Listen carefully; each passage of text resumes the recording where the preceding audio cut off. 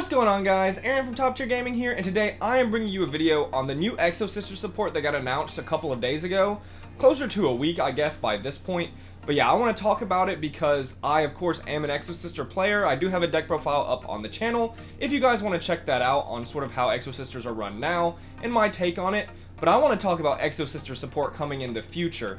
So for those who don't know, we do get a brand new Exosister Xyz come Dimension Force, the next core Yu-Gi-Oh set, but we actually get two brand new cards in Power of the Elements, this core set after that one, that bring a lot of power to the Exosister deck, and yeah, I just really want to talk about it. Before we get into the video though, I do want to let you guys know, Discord down below if you do want to check that out, along with all of our other social media links where you can follow us and hang out with other players and just sort of follow a Yu-Gi-Oh community. And also, if you do like Yu-Gi-Oh content, consider subscribing, give this video a thumbs up. And yeah, we do upload a lot of Yu-Gi-Oh content, and giving us a like and subscribing definitely helps out what we do here. And without further ado, let's talk about the new support. So, starting off, let's talk with the new stuff from Power of the Elements, because a lot of you may already know about the Xyz that comes out in the near future. And the new stuff from Power of Elements is definitely the more exciting part to me, because these cards are so insane. So the first one we get is a new level 4 Exosister main deck monster who will be on the screen. This card is probably the best piece of support I think they could have ever given us for the Exosister deck. It felt like Exosister definitely were taking a step back compared to, you know, Punk and the Brave deck that came out of Grand Creators.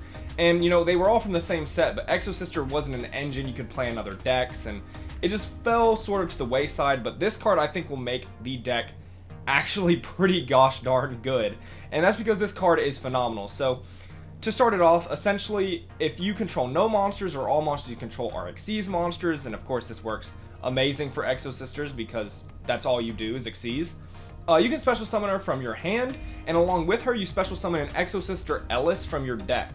Now there is something about this that is kind of strange.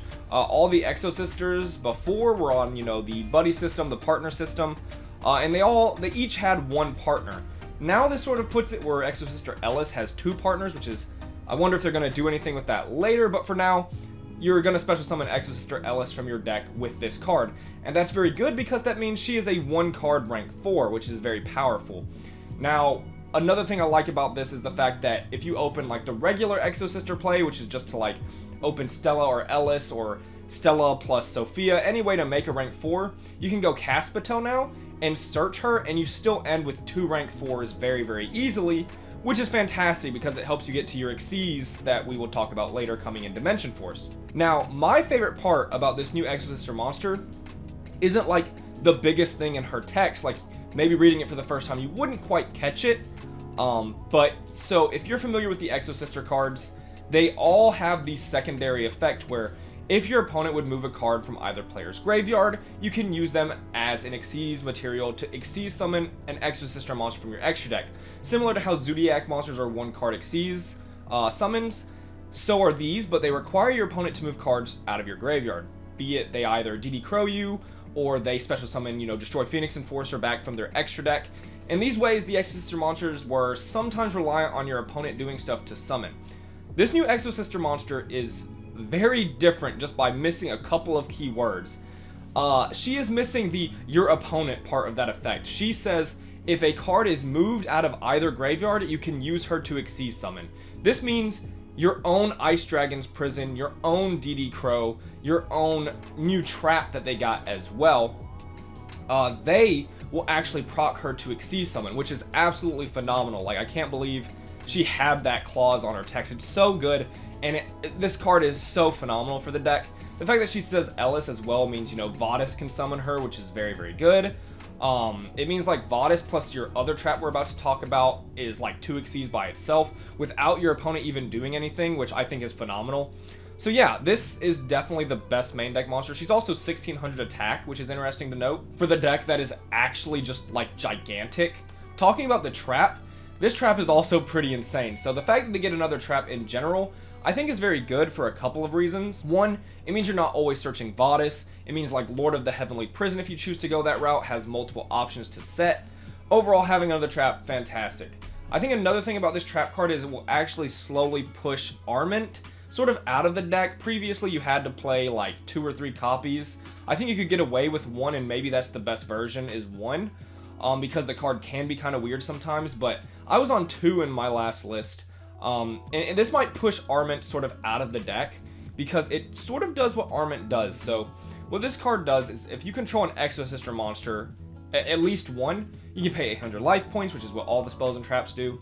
And then you can target 1 card your opponent controls or in the graveyard and banish it. Now, when you do that, you get to apply an additional effect, and this is where the card gets really crazy. The one effect is that you can Exceed summon an Exosister monster using an Exosister monster as a material that you control. This is essentially what Arment did, right? Just like Exceed summon on your opponent's turn. Very easy access. This one banishes first, but you still get the Exceed summon out of it, which turns it into like a double banish or a target banish plus an imperm through Gabrine, or not Gabrine. No, maybe Gabrine is the imperm. I'm mixing up their names kind of. But yeah, so that's really nice. But the other effect I think is extremely powerful, and that is that you can banish another card your opponent controls, non-targeting. So essentially this card is either a target banish plus a non-target banish, which is phenomenal because it outs, you know, things like Dragoon, as well as just really problematic cards. But also the fact that it can Exceed summon additionally, super powerful. Like, this card is flexible, and overall it's like better Ice Dragon's Prison, which is insane because Ice Dragon's Prison is a fantastic card. Now you're running this and Ice Dragons. You are very powerful versus graveyard reliant decks, but also decks like that require the field now, not just Ice Dragon's Prison, where a deck like Fluandereeze might be a problem. No, this card is very good versus a deck like Fluandereeze, even though they don't have a graveyard. So I think that's fantastic. Honestly, like, this monster in this trap boost the deck to an insane level I wasn't even expecting. Like, if you had asked me to make my own support for the deck, it might not even have been as good as what they actually gave us. It's so, I like Konami, what they've done here for Exosister, because they really did need some awesome support. Talking about how this all wraps up into the Xyz monster that's coming out. So Magnifica, I believe her name is, has been revealed for a while. She's coming out in Dimension Force, which is a couple of months away.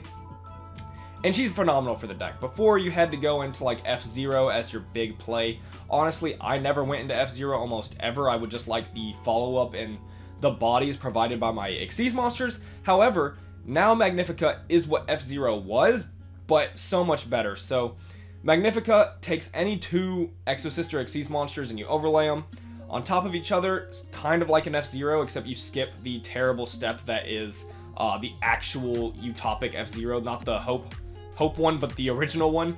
You skip that altogether, so that frees up an extra deck slot instantly. But Magnifica is very, very good. So on either turn, she is a quick effect banish, and that is phenomenal. That, you know, that's just a very powerful effect. But she has a really weird tag effect. Not tag as in like Gladiator Beast. I've been playing a lot of Edison, and using the word tag just put them in my head, but we're talking about Exosisters. She has this interesting tag mechanic where you actually like swap her with one of her Xyz materials. Now, unfortunately, you detach, this is a quick effect when your opponent activates an effect. You detach a material, send that material you detach back to the extra deck, and then summon it back from the extra deck. So it doesn't actually just like swap herself with an Xyz material, which would have been much cooler in my opinion, and also would have dodged things like Artifact Scythe, because you're not special summoning from the extra deck. But I guess there are reasons for it to go back to the extra deck, because then it's like a properly Xyz summon card. I think it says this counts as an Xyz summon. I don't know why they made it go back to the extra deck. I think it would have been cool if it just kind of swapped, but it is what it is. It essentially does the swapping thing. It's just one extra step that it goes back to the extra deck, which is relevant.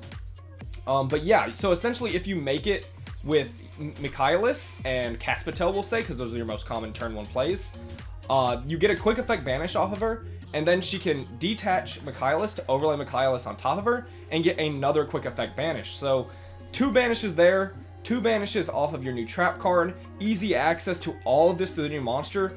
This is a load of support, and I honestly thought the deck was already good. Like, I had some success with the deck. I haven't played it too much. Like, I've taken it to a couple of locals and done well. I haven't gotten first yet, but I have like top 3'd.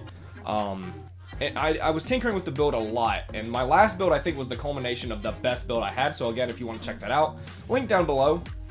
But yeah, I think this just puts the deck on a different level entirely. If it was like a rogue tier before, I could honestly see this deck being a tier 2 contender. Like, these cards are very good. It does have some glaring weaknesses, like Magnifica going for that play in general just makes you so open to Nibiru for no reason. It's why I really don't like going for that play. Normally I'll just summon 1 rank 4 and dodge Nibiru entirely, but if you play a really slow game 1, it's often like your opponent will side out Nibiru against you anyways, so there is that sort of going for it as well.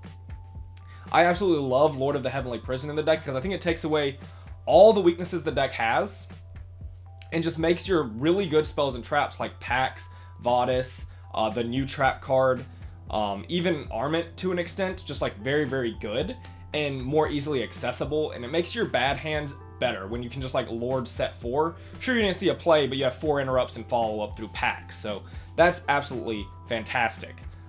Because now Pax can get you Malfa, the new monster, who is by herself a starter.